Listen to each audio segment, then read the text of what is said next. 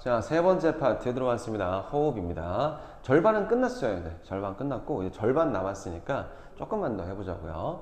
자, 호흡계에 들어왔어요. 호흡계는 호흡에 관련된 여러 가지 기관들이 모여가지고 호흡계를 구성을 하겠죠. 일단 호흡의 의부터 한번 생각을 해볼게요. 목적입니다. 호흡을 왜 하느냐? 당연히 저거지. 우리는 기체를 산소를 들이마시고 이산화탄소를 내보내는 걸 우리가 호흡이라고 하잖아요. 근데 우리가 배우는 5-3 파트 동물과 에너지 파트에서 이 호흡의 목적은 기체를 들이마시는 게 맞아. 산소를 들이마시거든. 근데 이 산소를 들이마신 요 산소 있죠? 얘 가지고 뭐 할 거냐 이거야. 결국은 들이마신 요 산소 가지고는 에너지를 만드는데 사용을 할 거란 말이야. 그래서 호흡의 목적은 에너지를 생성하겠다. 이게 호흡의 의의로 보겠습니다. 나중에 뭐 산소를 들이마시고 이산화탄소를 내보내는 게 목적이다라고 얘기하는 건 그냥 단순 호흡만 얘기하는 거고요. 여기 에너지 파트에서는 에너지를 생성하는 게 호흡의 의의라고 볼 수가 있겠습니다. 첫 번째, 호흡계에는 여러 가지 기관들이 만들어져. 그 여러 가지 기관들이 뭉쳐가지고 호흡계를 구성한다고 했어요. 그 중에 호흡계 중에서 가장 첫 번째, 코입니다.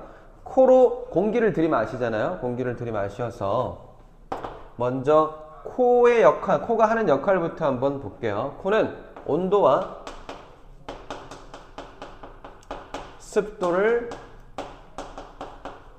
조절할 수 있다. 차가운 공기, 겨울에 공기를 코로 들이마셨어. 그러면은 이 코를 통해서 기관과 기관지로 넘어갈 때 따뜻하게 만들어주고요. 그 다음에 습도. 우리 코 안에 뭐가 있습니까? 점막이라 해서 콧물이 있잖아요. 콧물. 그치? 콧물이 있기 때문에 코로 공기를 들이마시면 온도와 습도를 조절할 수가 있고요. 또 뭐 있습니까? 코 안에 코딱지 이런 거 하지 말고 제발. 그지? 하지마. 하지 말고요.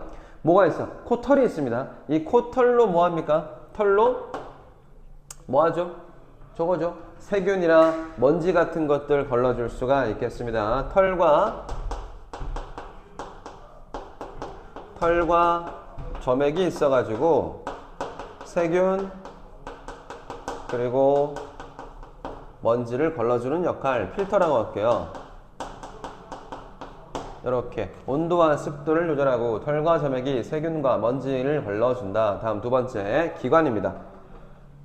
자, 코로 공기를 들이마시면 비강을 통해서 공기가 들어간 다음에 처음에 내려가는 목구녕 뒤쪽에, 식도 아닙니다. 식도로 들어가는 거 아니에요. 기관으로 먼저 들어갑니다. 기관으로 하나의 그 통로인 기관으로 들어가다가 폐 근처로 가면 두 개의 기관지로 나누어집니다. 기관지로 나누어져서 또 여러 가닥으로 나누어져 가지고 폐를 덮는단 말이야. 자, 보자. 그래서 기관과 기관지는 일단 기관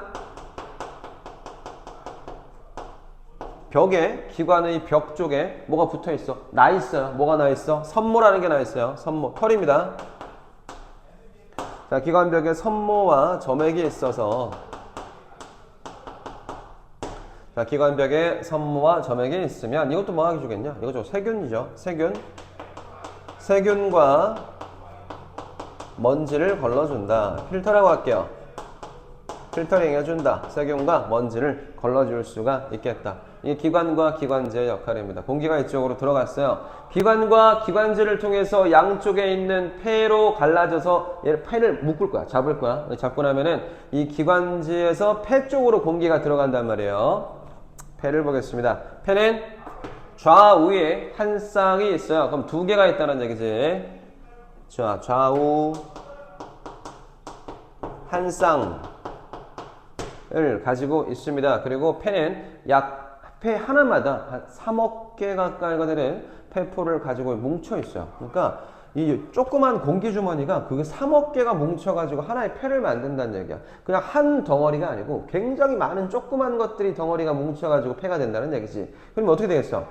덩어리가 그냥 크게 하나 있는 것보다 작은 것들이 여러 개 뭉쳐 있는 게 표면적이 훨씬 넓을 수가 있겠죠. 자, 좌우 한 쌍의 폐를 가지고 있다. 그리고 폐는 약 3억 개의 폐포로 구성되어 있다. 됐습니다. 그리고 폐는 또 중요한 거 있습니다. 심장은 근육으로 되어 있었어요. 근육으로 되어 있기 때문에 자기 혼자서 수축과 이완을 반복할 수 있기 때문에 혈액을 온몸으로 보내줄 수가 있었어. 자동성이 있다고 보통 얘기를 했었어요. 심장은. 그렇지. 근데 폐는 근육으로 안 돼 있어. 폐는 근육으로 되어 있지 않기 때문에 자기 혼자서 운동할 수가 없어요. 그래서 다른 놈들의 도움을 받아야 돼. 누구? 갈비뼈와 밑에 있는 가로막의 도움을 받아서 상하 운동을 해야 폐가 같이 커지거나 작아질 수가 있다는 얘기야. 그래서 이거 적어야 됩니다. 근육 없다. 폐는 근육으로 되어 있지 않다. 그래서 갈비뼈와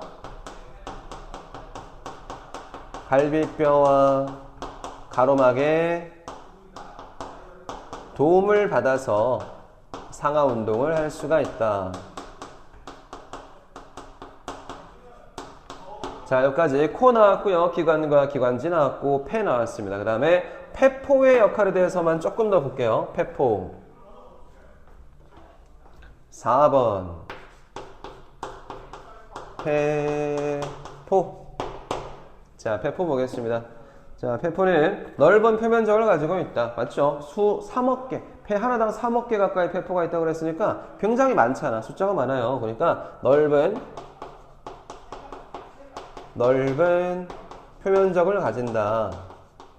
자, 표면적을 많이 가졌어. 그럼 이 폐포가 뭐 할 거니? 기체 교환할 겁니다. 이 폐포는 모세혈관과 기체를 교환해요. 모세혈관에서 들어온 이산화탄소를 폐포한테 주면 폐포는 바깥으로 이산화탄소를 버리고 바깥쪽에서 산소를 받아가지고 다시 모세혈관한테 주고 나면 이 모세혈관은 뭐 동맥이나 정맥한테 이렇게 산소를 쭉쭉 갖다 줄 수가 있겠죠. 자, 넓은 표면적을 가지기 때문에 기체 교환이 유리하다, 효율적이다. 기체 교환 유리 혹은 효율적 이렇게 볼 수가 있겠습니다. 자, 폐포. 그 다음에 얘는 한 층의 세포층으로 얇은 세포층입니다. 바깥쪽에 한 겹이야, 한 겹. 한 겹이라고 할까요? 한 겹의 세포층으로 이루어져 있기 때문에 바깥쪽에 있는 모세혈관과 기체 교환하기가 좋다. 그 다음에 모세혈관과 기체 교환한다. 여기까지 적을까요? 폐포는 모세혈관과 기체를 교환할 수가 있다. 어떤 기체겠어요? 당연히 저거죠. 산소랑 이산화탄소를 교환해 줄 수가 있겠다. 자, 먼저 호흡계, 코, 기관, 기관지, 폐, 폐포까지 봤습니다. 자, 폐포에 대해서 살펴보겠습니다. 일단 폐포로 들어오는 혈관이 있을 거예요. 폐포는 일단 파란색이랑 빨간색이라고 선생님이 그려놓은 거 있죠. 모세혈관입니다. 폐포는 모세혈관으로 둘러싸여 있어가지고 이 모세혈관과 폐포 사이에서 기체 교환이 일어날 수가 있어요. 그러면 일단 폐포에 있는 모세혈관 쪽으로 들어오는 혈관이 있어야 되겠죠. 이 혈관을 무슨 혈관이라고 하면 좋을까요? 심장에서 출발해가지고 폐로 들어왔어. 그러니까 심장에서 바깥으로 나갔으니까 일단 동맥일 거고요. 동맥이고 어디로 왔어요? 폐로 왔으니까 폐의 동맥이겠죠? 오심방이랑 연결이 되어 있겠네요. 오심실과 연결이 되어 있겠네요. 자, 폐동맥을 따라서 폐로 들어왔어요. 그러면 폐에 있는 모세혈관한테 피를 주겠지. 혈액을 주고 나면 여기에 있는 혈액은 이산화탄소를 많이 가지고 있기 때문에 이산화탄소를 여기 폐포한테 주는 거야. 그러면 이 폐포에서 산소를 다시 주고 나면 모세혈관한테 산소를 주면 이 모세혈관에서 다시 이쪽 혈관한테 혈액을 넘겨줄 거란 말이야. 그럼 이 혈관 이름이 뭐냐? 이게 폐 정맥이겠죠. 자, 폐정맥을 타고 심장으로 들어가서 좌심방 쪽으로 들어갈 수가 있겠네요. 가운데 있는 이 혈관 있죠. 이 혈관은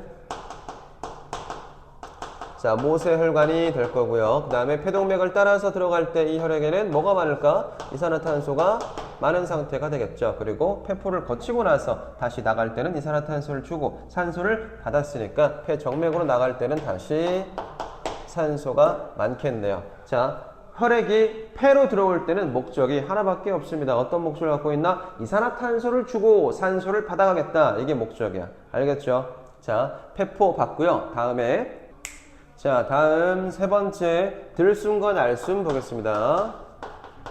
들숨 그리고 날숨입니다. 어렵지 않아요. 들숨은 들이마시는 숨을 들숨이라고 하죠. 들이마시는 숨.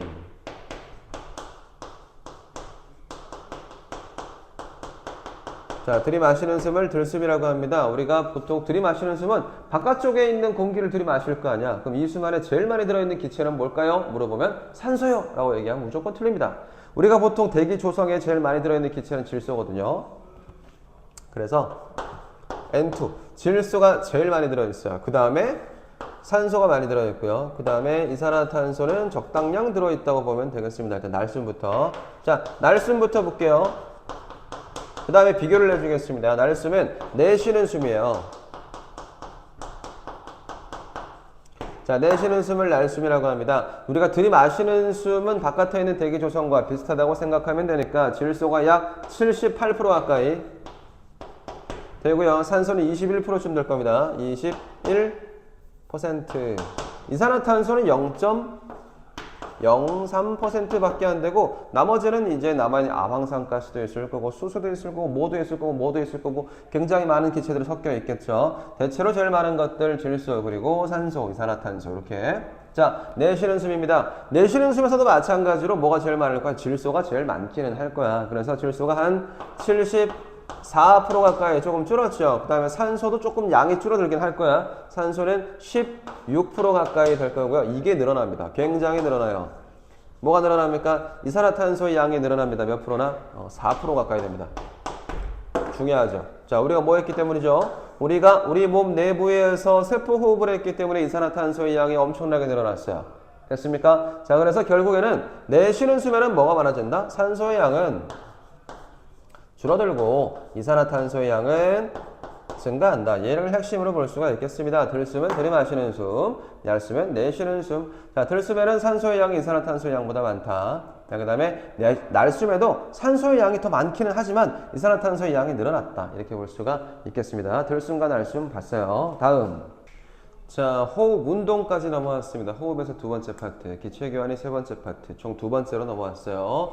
자, 호흡 운동의 원리 보겠습니다. 원리에서 엄청나게 중요한 거 있습니다. 일단 호흡 운동은 일단 폐가 운동을 해야 되는데 폐는 스스로 움직일 수 있다고 그랬어? 없다고 그랬어? 없다고 그랬어요. 뭐가 없죠? 근육이 없어요. 폐는 근육이 없어요. 근육이 없기 때문에 스스로 움직일 수 없어요. 스스로 운동할 수 없습니다. 그래서 누군가의 도움을 받아야 된다 그랬어요. 자, 일단은 도움을 받는 건 두 가지가 있어요. 구조가 갈비뼈와 가로막이 있습니다. 우리 몸을 보면은 여기 갈비뼈가 이렇게 있잖아요. 갈비뼈 내부, 요 내부에 있는 이쪽 있죠? 가슴, 심장하고 있는 요쪽하고 이게 그 공간을 두 개로 나누자면 여기 가슴이 있는 쪽에 이쪽을 흉곽이라고 하고요. 여기 소장, 대장에 있는 쪽을 복강이라고 합니다. 복강과 흉곽을 절반 정도 나누는 그 막이 있는데 그 막을 가로막이라고 합니다. 그럼 가로막과 갈비뼈 사이에 둘러싸여 있는 요 내부 구조 있죠? 여기를 흉곽이라고 볼 수가 있어요. 이 흉곽에 폐가 두 개가 이렇게 있어. 그래서 갈비뼈가 이렇게 올라가거나 가로막이 내려가거나 올라가거나 하면서 폐가 같이 쪼그라들거나 아니면 커지거나 할 수가 있단 말입니다. 자, 볼게요. 자, 먼저 갈비뼈와 가로막의 무슨 운동? 상하 운동입니다. 상하 운동에 의해서 폐가 커지거나 작아지거나 할 수 있어요. 자, 부피가 커지거나 작아지거나 하면은 압력도 관계가 있어서 부피가 커지면 압력은 작아진다. 이건 무슨 법칙이었어? 1학년 때 배웠어. 누굽니까? 보일이죠. 보일의 법칙, 보브압반이라고 해서 부피가 커지면 압력은 반비례, 부피와 압력은 반비례 관계이다. 반비례는 뭐가 커지면 뭐는 작아진다. 이거 있었죠. 다시 보겠습니다. 자, 그래서 호흡 운동 과정으로 넘어왔습니다. 맨 처음에 날숨과 들숨을 비교하면서 볼게요. 들숨부터 한번 해보겠습니다. 자, 들숨이요. 들이쉴게요. 들이셨습니다. 숨을 쉰 상태예요. 숨을 쉬면은 갈비뼈는 어떻게 돼서 다시 해볼게요. 숨을 들이셨어요. 들이쉬면은 갈비뼈가 위로 올라가죠. 갈비뼈가 여기, 쌤이 오른손, 여기를 갈비뼈라고 볼 때 밑에가 가로막이라고 할게요. 요 내부를 흉곽의 부피라고 하겠습니다. 자, 갈비뼈가 이렇게 올라갔어. 갈비뼈가 올라갈 때 가로막이 같이 딸려 올라가잖아. 그럼 부피가 변화가 있어? 없어? 없어요. 그러면 안 돼요. 다시. 갈비뼈가 올라갈 때 가로막은 내려가야 돼요. 그럼 부피가 점점 어떻게 됐어? 커졌죠. 다시. 자, 갈비뼈가 올라갔을 때 가로막은 쭉 내려갑니다. 그러면은 흉곽의 부피가 커지죠. 자, 흉곽의 부피가 커지면서 폐의 부피도 같이 커져요. 폐의 부피도 커지고요. 자, 이게 문제지. 자, 흉곽과 부피와 압력과의 관계, 무슨 관계라 그랬어? 보일의 법칙, 반비례 관계라 그랬어요. 흉곽과 폐의 부피가 커졌기 때문에 흉곽과 폐의 압력은 낮아집니다. 그럼 내 몸속에 흉곽 내부의 압력이 낮아졌다는 얘기야. 항상 공기의 이동은 압력이 높은 곳에서 압력이 낮은 곳으로 이동을 하거든요. 자, 그러니까 내 몸에 지금 압력이 부피가 커지는 바람에 떨어진 거야. 그지? 저압이 몸 속입니다. 그럼 어디가 압력이 높겠어? 바깥쪽, 외부가 압력이 더 높단 말이야. 그럼 외부에서 내 몸 쪽으로 공기가 들어오겠죠. 들숨 되겠습니다. 됐나요? 다시 합니다. 자, 들숨 들이마실 때 갈비뼈가 올라갔고요. 가로막 같이 내려가야 부피가 커지면서 부피가 커졌기 때문에 압력이 줄어들었죠. 내 몸속에 압력이 낮기 때문에 바깥쪽에서 내 몸 쪽으로 공기가 들어온다. 이것을 뭐라고 한다? 들숨이라고 한다. 공기 출입 들어온다. 됐나요? 자, 요거 하고 나서 날숨 해보겠습니다. 들이마셨다가 내뱉죠. 내뱉을 때 갈비뼈는 주르륵 내려옵니다. 내려올 때 가로막이 같이 딸려 올라와야 돼요. 그렇죠? 얘가 갈비뼈가 내려왔는데 가로막도 같이 내려가 버리면 부피가 변화가 없어요. 그러면 안 돼요. 다시 갈비뼈가 내려올 때 가로막은 올라가면서 부피는 작아졌어요. 해볼게요. 갈비뼈는 내려옵니다. 내려올 때 가로막은 올라갔어요. 그러니까 부피가 흉곽의 부피도 작아지고 흉곽의 부피가 쪼그라들면서 폐도 같이 쪼그라들었어요. 그럼 압력은 어떻게 되겠나? 흉곽의 압력과 폐의 압력이 같이 커지죠. 그러면 내 몸속이 이번에는 내 몸속의 압력이 높아졌고 내 몸 바깥쪽 외부의 압력이 낮아진단 말이야. 그럼 몸에서 바깥쪽으로 공기가 이동을 하겠네요. 맞습니까? 뭐죠? 날숨이죠. 공기가 나간다. 됐습니까? 자, 호흡 운동의 원리 봤고요. 호흡 운동 과정을 한번 살펴봤습니다. 그 다음에 날숨의 성분 비교라고 해서 우리가 날숨이잖아. 숨을 내쉰다는 거예요. 내 몸속에서 외부로 공기가 나간다는 거야. 뭐가 증가했었지? 이산화탄소가 증가했었어요. 자, 날숨의 성분을 비교할 건데 석회수가 그러면 어떻게 될까 이거야. 들숨을 석회수에다 집어넣는 것보다 날숨을 석회수에다 집어넣으면 석회수는 뿌옇게 흐려지겠죠. 자, 석회수를 뿌옇게 흐리게 만들어주는 기체가 있어요. 누굽니까? 이산화탄소죠. 자, 이산화탄소의 농도가 증가했기 때문에 석회수가 뿌옇게 흐려질 수가 있겠다. 됐나요? 좋습니다. 여기까지 날숨의 성분 비교하는 것까지 봤고요. 다음 세 번째 기체 교환 파트 보겠습니다. 여기까지. 자, 호흡 파트 세 번째 기체 교환 보겠습니다. 기체 교환하는 원리부터 한번 생각해 볼게요. 확산에 의해서 기체들이 교환될 건데 확산이 뭔지부터 기억을 하고 있어야죠. 확산은 농도가 높은 곳에서 농도가 낮은 곳으로 그 물질들이 이동하는 것을 확산이라고 불렀어요. 기체의 확산이라고 하면은 여기서 향수를 뿌리면 쌤이 칠판 앞에서 향수를 뿌렸을 때 향수 냄새가 저 뒤에까지 퍼져나가는 것을 확산이라고 하고요. 액체의 확산은 물에다가 잉크방울을 떨어뜨렸을 때 그 물 안에서 잉크가 퍼져나가는 것을 액체의 확산이라고 합니다. 지금 우리가 보는 것은 기체의 확산을 보고 있고요. 농도가 높은 곳에서 농도가 낮은 곳으로 이동하는 것을 확산이라고 하죠. 자, 기체 교환 원리는 이렇게 적으면 되겠죠. 기체의 농도 차이에 의한 확산. 간단하지만 지문으로 간혹 나오고 있기 때문에 기억해 놔야 됩니다. 자, 기체의 농도와 이동. 그렇다면 이제 우리가 봐야 되는 기체는 두 가지가 있습니다. 산소가 있고요. 이산화탄소가 있는데 각각 어느 부분에서 각각 어디의 농도가 더 높은지, 어떤 기체의 농도가 더 높은지, 그리고 어느 방향으로 이동을 할 건지까지 한번 파악을 해보겠습니다. 자, 일단 산소의 농도가 어디에서 높은지를 한번 짚어볼게요. 산소는 추측을 했을 때 산소의 농도가 제일 높은 곳 3개를 비교를 해야 돼요. 폐포와 모세혈관과 조직세포 중에서 어디에서 농도가 제일 높을 수가 있을까? 여기죠. 폐포입니다. 왜냐면 방금 들숨을 쉬어가지고 산소를 많이 받았어. 그러니까 지금 막 산소가 들어왔단 말이야. 폐로. 그러면 폐포에서 산소의 농도가 제일 높을 수가 있겠죠. 자, 그러면 이 산소를 우리가 어디로 줘야 됩니까? 결국은 모세혈관을 통해서 심장으로 보냈다가 조직세포로 갖다 줘야 되거든요. 확산의 원리에 의해서 이동을 하려면 폐포에서 제일 농도가 높고 모세혈관에서 두 번째로 농도가 높고 조직세포에선 산소의 농도가 낮아야 폐포, 모세혈관, 조직세포 쪽으로 산소가 쭉 이동할 수가 있을 겁니다. 그렇죠? 자, 지금은 간단하게 폐포, 모세혈관, 조직세포 이렇게 세 군데만 적어놨는데 중간중간에 혈관, 동맥과 정맥과 심장이 연결되는 것도 있어요. 그것은 여기서 다시 한번 살펴볼 거고요. 폐포, 모세혈관, 조직세포 이렇게 세 개만 비교를 한다면 폐포에서 산소의 농도가 제일 높아. 그래서 모세혈관으로 산소를 보내줘. 모세혈관이 조직세포보다 산소의 농도가 높기 때문에 모세혈관에서 조직세포로 보내준다. 이런 정도까지 기억하면 되겠습니다. 다음 이산화탄소죠. 자, 이산화탄소의 농도는 어디에서 가장 높으냐? 당연히 조직세포에서 이산화탄소의 농도가 제일 높을 수밖에 없습니다. 조직세포에서 뭐 합니까? 그거 하죠? 저거 하잖아요. 세포호흡.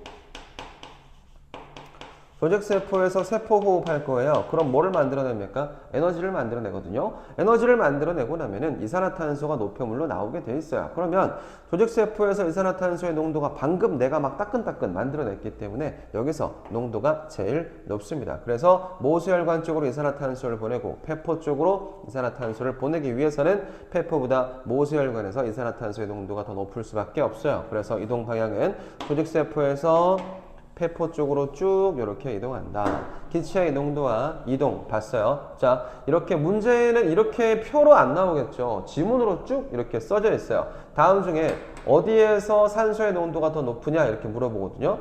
폐포와 모세혈관 중에서 모세혈관에서 산소의 농도가 더 높습니다 라고 얘기하면 틀리는 겁니다. 혹은 이렇게 나올 수도 있어요. 자, 다음 중 폐포와 모세혈관에서 산소는 모세혈관에서 폐포 쪽으로 이동한다 라고 얘기해도 틀립니다. 알겠죠? 자, 그림을 이렇게 그려놓는 거야. 폐포, 모세혈관, 조직세포 이렇게 그려놓고 폐에서 모세혈관으로, 모세혈관에서 조직세포로 여기는 산소가 이렇게 이동을 할 거고요. 조직세포에서 모세혈관으로, 모세혈관에서 폐 쪽으로는 이산화탄소가 이렇게 이동을 할 수가 있겠다. 이렇게 세 개만 놓고 그릴 수도 있어요. 됐습니까? 자, 그런 다음에 기체 교환의 세 번째 기체 교환의 결과에 대해서 좀 넓게 보고 한번 볼게요. 넓게 한번 판단을 해보겠습니다. 자, 폐부터 한번 볼게요. 자, 폐포에서 산소를 받아들였어요. 폐에서 산소를 받아들이고 산소를 모세혈관에다 전달을 해주면 이 모세혈관에서 어떤 혈관을 타고 심장에다가 이 산소를 갖다 준단 말이죠. 심장으로 들어갈 거예요. 폐포에서 뭐를 줍니까? 이 모세혈관으로 줄 거야. 뭐를? 산소를 주고 나면은 모세혈관에서 어떤 혈관으로 산소를 주겠죠. 그럼 이 혈관에서 심장으로 들어올 거예요. 이 혈액이 심장으로 들어오니까 무조건 정맥이겠죠. 정맥으로 들어올 거고요. 어디에서 왔어? 폐에서 왔기 때문에 자, 폐포의 모세혈관에서 폐정맥한테 혈액을 주고 폐정맥에서 심장한테 줬겠죠. 심장을 어디냐? 좌심방으로 줬겠지. 그 다음에 좌심실에서 다시 뭐를 타고 조직세포로 가야 돼요. 온몸의 조직세포이기 때문에 여기는 심장에서 바깥으로 나가니까 동맥이겠죠. 대동맥을 타고 모세혈관을 거쳐서 조직세포한테 뭐를 갖다 주나? 산소를 갖다 주겠죠. 자, 그런 다음에 조직세포에서 세포호흡을 하겠죠. 여기서 세포호흡을 또 할 거예요. 세포호흡을 하고 나면 이산화탄소가 발생합니다. 그럼 이때 이산화탄소를 이렇게 주는 거야. 자, 모세혈관, 폐 조직세포에 있는 묶여있는 모세혈관한테 이산화탄소를 줬어요. 그럼 이 모세혈관이 다시 심장으로 들어가는 혈관에다가 이산화탄소를 전달해 줍니다. 이산화탄소를 어디에 줘야 되나? 심장으로 들어가야 되니까 정맥이겠죠. 정맥 어디에서 왔어요? 몸에서, 조직세포, 몸에 있는 조직세포에서 왔기 때문에 자, 대정맥한테 이산화탄소를 주죠. 그럼 심장에서 다시 심장에서 바깥으로 나가는 혈관입니다. 동맥이죠. 동맥 어디로 가야 됩니까? 폐로 가야 돼요. 그럼 폐의 동맥으로 이 이산화탄소를 전달을 해준 거야. 그치? 그럼 여기서 폐동맥에서 이렇게 폐포한테 뭐를 갖다 준다? 이산화탄소를 갖다 줄 수가 있겠다. 전체의 흐름을 한번 살펴봤습니다. 그러면 정리해 볼게요. 기체 교환 결과 어떻게 되느냐? 잠시만. 자, 결국은 기체 교환을 했습니다. 1번 폐에서는 혈액이 일단 폐부터 보자. 혈액에 피 안에 폐를 거치면 어떻게 되냐 이거야. 이산화탄소의 농도는 낮아지고 산소의 농도는 높아지겠죠. 자, 폐를 거치면 결국은 폐를 거치고 나면 어떤 결과를 나타내느냐. 얘가 들어왔다가 얘가 나간다는 거야. 이렇게 들어와서 이렇게 나가는 거기 때문에 이산화탄소의 농도는 낮아지고 산소의 농도는 높아지는 교환이 일어납니다. 어디서? 폐에서. 알겠죠? 자, 이렇게 되면은 어떤 혈액이 어떤 혈액으로 변한다? 정맥혈이 뭘로 변할 수 있다? 동맥혈로 변할 수가 있겠다.